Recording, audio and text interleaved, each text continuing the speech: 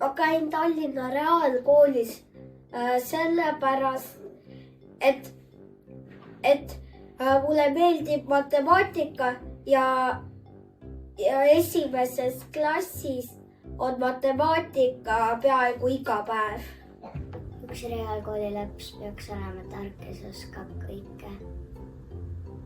Reaalkooli õpilane peaks olema nutikas, hooliv, viisakas ja lahke. Reaalkooli õpilane peaks ka oskama arvestada teiste inimestega, kes ta ümber on. Reaalkoolis õpetavad esimese, teise, kolmanda, neljanda, viienda, kuuenda, seitsmenda, kaheksanda, üheksanda, 10., 11. ja 12. klassi õpetajad. Reaalkooli õpetajad on väga targad ja hoolivad kõikidest. Kõige erilisem on see, et reaalkool on nagu selline kool, kus käivad nutikad ja targad lapsed.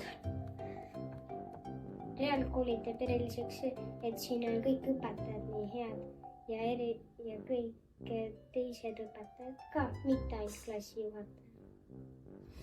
Reaalkooli teeb eriliseks, et siin on targad lapsed, siia eriti pole saadud sisse ja muidu siin käivad ka matemaatika-lapsed, kes oskavad väga matemaatikat.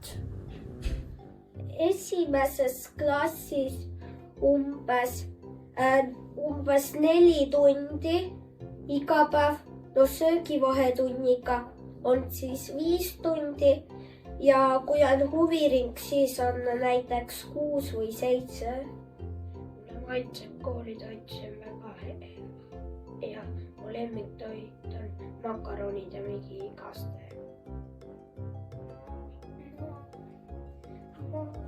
Selline harjumus, et kui ma üldse midagi ei jaksa ära süüa, siis on see magustoit. Soolase toidu ma saan alati ära, aga lemmiktoit siit on maha. Reaalkooli kõige toredam sündmus on, kui me liikuma kutsuva kooliga piparkookega unistasime.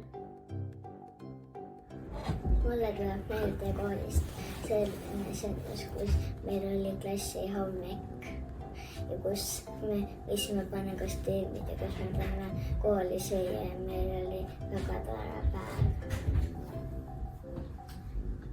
Reaalkooli kõige toredam asi on see, kui kõik lähevad õue ja mängivad, isegi õpetajad. Klassihommik esimesel klassidel, siis sel ajal oli Halloweeni pidu ja seal kõige toredam ülesanne oli draakonijaht. Minu lemmikkoht on reaalkoolis on pingsilaud ja mänguala. Reaalkoolis on minu lemmikkoht diivan, kus saab vahepeal magada. Lemmikkoht on meie enda klass on kaunis ja seal on kuidagi nagu kodutunne natukene.